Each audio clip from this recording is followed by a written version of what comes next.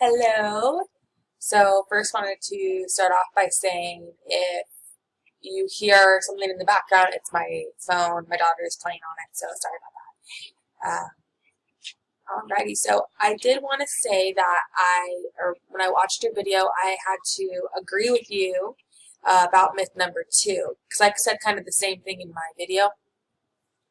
I said that language here, like in the United States or English, we've had the ability to develop our language. We have the resources to do so, and we have done it to the best of our ability.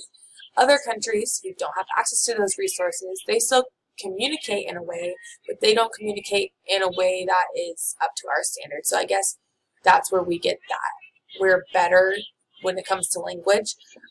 In reality, I think language is pretty much all the same. It is how people communicate amongst each other.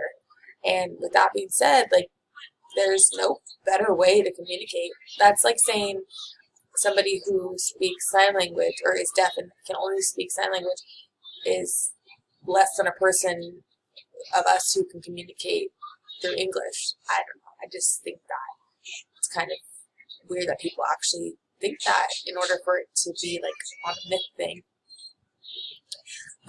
Only thing that's cool about sign language is I'm pretty sure it's universal anywhere. But yeah.